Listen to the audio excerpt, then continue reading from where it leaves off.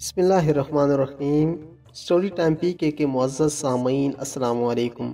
آج ہم اپنی کہانی کا اگلا حصہ پراسرار ملاقات کو شروع کرنے جا رہے ہیں۔ کہانی شروع کرنے سے پہلے سب سے گزارش ہے کہ میرے چینل کو سبسکرائب کریں اور ساتھ ہی بیل کے آئیکن پر کلک کریں۔ تو چلتے ہیں اپنی کہانی کے اگلے حصے کی طرف۔ ملکہ کے جانے کے بعد درویش اناطول فکر مند ہو گیا۔ 14 برس کے طویل انتظار کے بعد ملکہ مصر ایک ماں کی طرح آج پہلی بار اپنے بچھڑے ہوئے بچے کے لیے پریشان ہوئی تھی، اور اس کی وجہ سوائے اس کے اور کچھ نہیں تھی کہ اس نے دریائے نیل کے کنارے عنبر کو دیکھ لیا تھا، جو حقیقی معنوں میں اس کا بیٹا تھا۔ پہلے تو میں آپ سے معذرت کرنا چاہتا ہوں کیونکہ میں نے کہانی کے پچھلے حصے میں عنیر کا لفظ استعمال کیا، لیکن یہ اوریجنل نیم عنبر تھا۔ درویش اناطول نے محسوس کیا کہ ملکہ اب حد سے آگے گزر جائے گی۔ وہ ہر قیمت پر یہ معلوم کروانے کی کوشش کرے گی کہ عنبر کون ہے اور رجال کے گھر میں وہ کیسے آیا تھا۔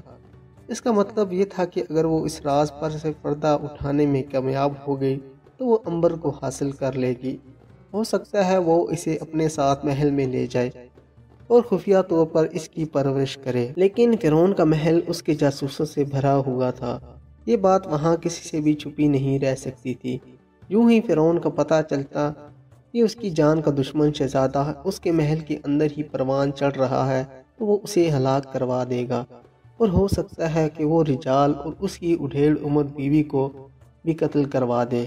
رجال یہ سوچ کر پریشان ہو گیا۔ فرعون کی موت تک اس راز کو چھپائے رکھنا بہت ضروری تھا۔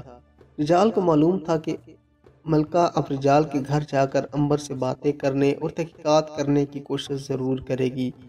اس نے فیصلہ کر لیا کہ وہ رجال سے مل کر اسے ساری صورتحال سے آگاہ کر دے۔ وہ دن چڑھنے کا انتظار کرنے لگا۔ جب سورج کافی نکل آیا اور اسے یقین ہو گیا کہ رجال اہرام مصر پہنچ چکا ہوگا تو وہ جھونپڑی سے روانہ ہو گیا۔ گرمی صبح سے ہی پڑنے لگی تھی اور مصر کے صحرا کے سورج میں تپش تھی، مگر درویش اناطول اس تپش کا عادی تھا۔ 1 گھنٹے کی مسافت کے بعد وہ اس جگہ پہنچ گیا جہاں رجال اہرام مصر کی تعمیر کا کام کر رہا تھا۔ اس نے ایک غلام کے ہاتھ میں پیغام بھجوایا تو رجال کپڑے سے ہاتھ پوچھتا ہوا اہرام کے غار سے باہر آ گیا۔ وہ اپنے سامنے درویش اناطول کو دیکھ کر بولا، آپ نے کیوں تکلیف فرمائی؟ مجھے حکم دے دیتے، میں آپ کے ہاں حاضر ہو جاتا۔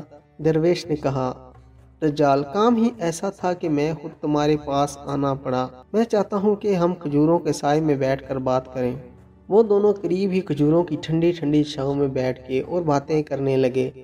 رجال کو معلوم تھا کہ اناطول عنبر کے بارے میں سب کچھ جانتا ہے۔ درویش اناطول نے بیٹھتے ہی کہا، میرے پاس رات ملکہ مصر آئی تھی۔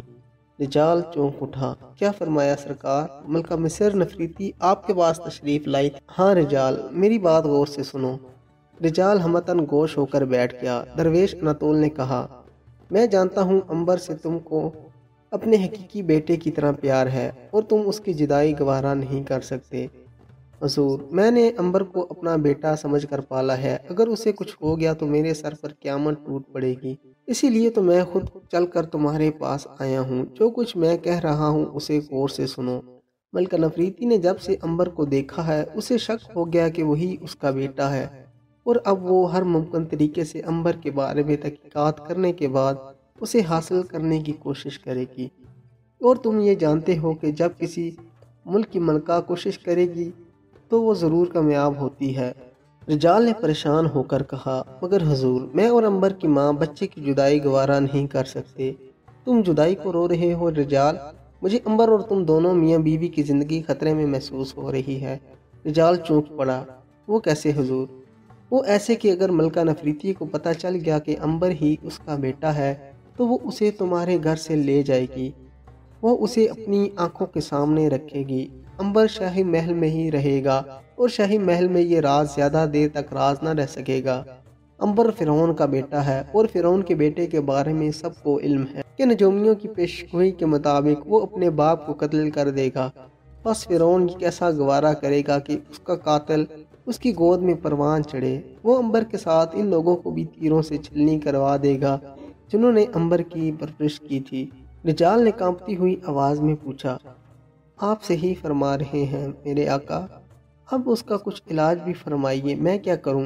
درویش اناتول سوچ میں ڈوب گیا، پھر اس نے نظریں اٹھا کر کہا، اس مشکل مسئلے کا ایک ہی حل ہے، اور وہ یہ کہ تم کسی نہ کسی طرح کچھ عرصے کے لیے امبر کو اپنی بہن کے ہاں ملک شام میں بھجوا دو۔ جب حالات موافق ہو جائیں گے تو اسے واپس بلا لینا۔ بہت بہتر حضور، میں ایسا ہی کرتا ہوں۔ ایک بات کا دھیان رکھنا، اگر تم سے کوئی بھی پوچھے کہ امبر کہاں ہے تو تم نے یہی مشہور کر دینا ہے کہ وہ تم کو چھوڑ کر خدا جانے کہاں چلا گیا ہے، بلکہ کچھ روز تم نے اس کے غم میں جھوٹ موٹ بیمار بھی پڑ جانا ہے۔ ایسا ہی ہوگا میرے آقا، بس مجھے یہی کہنا تھا، اب میں جاتا ہوں۔ تم کل ہی امبر کو شام کی طرف روانہ کر دو اور اس کے جاتے ہی مشہور کر دو کہ امبر تمہیں چھوڑ کر گھر سے بھاگ گیا ہے۔ بہتر حضور۔ اس کے بعد درویش واپس اپنی جھونپڑی کی طرف روانہ ہو گیا۔ رجال نے اسی وقت درویش اناتول کی تجویز پر عمل کرنا شروع کر دیا۔ امبر اس کے ساتھ ہی احرام کے سب سے نچلے غار میں کام کر رہا تھا۔ وہ نیچے آیا تو امبر نے پوچھا، ابا جان اوپر کس سے باتیں کر رہے تھے؟ رجال نے اصل بات چھپاتے ہوئے کہا، شاہی محل سے ایک ہرکارہ یہ کہنے آیا تھا کہ سنگ مرمر کا چبوترا زیادہ اونچا نہ بنایا جائے، میں اس سے چبوترے کی نئی پیمائش لے رہا تھا۔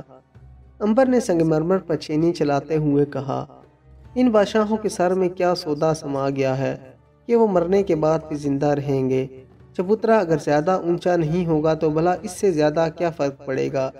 رجال نے کہا، ایسا نہ کہو بیٹے، ہم بادشاہ کے غلام ہیں، ہمیں جو حکم ملے اس پر عمل کرنا ہے بس۔ شام کو کام سے فارغ ہو کر دونوں باپ بیٹا اور غلام پولکا گھر پہنچے تو کھانا تیار تھا۔ پولکا نے سونگتے ہوئے کہا، اماں نے آج معلوم ہوتا ہے مگرمچھ پکایا ہے۔ امبر کی ماں نے لکڑی کی ڈوئی اس کے ہاتھ پر مار کر کہا، کبھی زبان کو بھی بند رکھا کرو پولکا، آج تو میں نے مرغابی چاول بنائے ہیں۔ رب عظیم کی قسم، مرغابی چاول تو میرا من بھاتا کھانا ہے، غلام پولکا نے خوش ہو کر کہا۔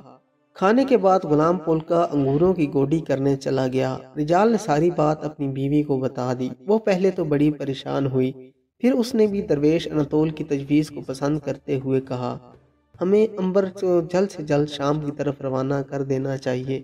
میں آج ہی امبر سے بات کروں گا، وہ بھی کئی دن سے کہہ رہا کہ میں کام کرتے کرتے تھک گیا ہوں۔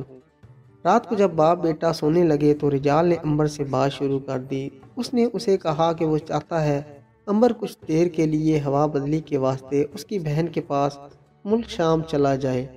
امبر نے خوش ہو کر کہا، ابا جان آپ نے تو میرے دل کی بات کہہ دی، میں تو کئی روز سے چاہ رہا تھا کہ کہیں سیر و تفریح کے لیے نکل جاؤں۔ احرام کے ٹھنڈے نم آلود غاروں نے میرا ناک میں دم کر دیا ہے۔ تو پھر بیٹا امبر، میری طرف سے بے شک تم صبح ہی سفر پر روانہ ہو جاؤ۔ تم چاہو تو پولکا تمہیں چھوڑ کر واپس آ جائے گا، مگر ابا جان آپ اکیلے کیسے کام کریں گے؟ تم میری فکر نہ کرو بیٹے، کام تو ہوتا ہی رہتا ہے۔ میں چاہتا ہوں کہ تمہاری صحت پر کام کا برا اثر نہ پڑے۔ کچھ عرصہ شام میں رہ کر تم پھر سے تر و تازہ اور شگفتہ ہو جاؤ گے۔ میں بہن کے نام ایک خط تمہیں ساتھ کر دوں گا۔ ٹھیک ہے ابا جان، میں کل صبح سفر پر روانہ ہو جاؤں گا۔ رجال نے رب عظیم کا شکریہ ادا کیا کہ اتنا مشکل مرحلہ اتنی آسانی سے طے ہو گیا تھا۔ اسے امبر کی ضدی عادت سے ڈر تھا کہ کہیں وہ انکار نہ کر دے، مگر اس نے تو خوشی کا اظہار کیا تھا اور کل صبح وہ سفر پر روانہ بھی ہو رہا تھا۔ رجال کو یوں محسوس ہوا جیسے کسی نے اس کے سینے پر سے پتھر کی بھاری سل اٹھا کر پرے پھینک دی ہے۔ اب وہ امبر کی زندگی کی طرف سے مطمئن تھا۔ یہ اس کی قسمت تھی کہ رب عظیم نے اسے ایک ایسے بیٹے کا باپ بنا دیا تھا جو اس کا بیٹا بھی نہیں تھا، بلکہ فرعون مصر کی اولاد تھی، اور بادشاہوں کی سازشوں سے وہ پوری طرح واقف تھا۔ شاہی محلوں میں باپ یا بیٹے کو زہر دے کر ہلاک کر دینا کوئی انوکھی بات نہیں تھی، لیکن رجال ایک محنت کش انسان تھا، ایک غریب مزدور تھا۔ اس کی زندگی کی ساری کمائی اولاد کی محبت تھی۔ وہ اولاد کا غم برداشت ہی نہیں کر سکتا تھا۔ یہی وجہ تھی کہ وہ امبر کو ملک شام کی طرف بھجوانے کے فیصلے سے بہت خوش تھا۔ کہانی ابھی جاری ہے، کہانی کو لائک کیجیے گا اور کمنٹ میں مجھے بتائیے کہ کہانی آپ کو کیسی لگی ہے۔ کہانی کی اگلی ویڈیو تک کے لیے مجھے اجازت دیں۔ اللہ حافظ۔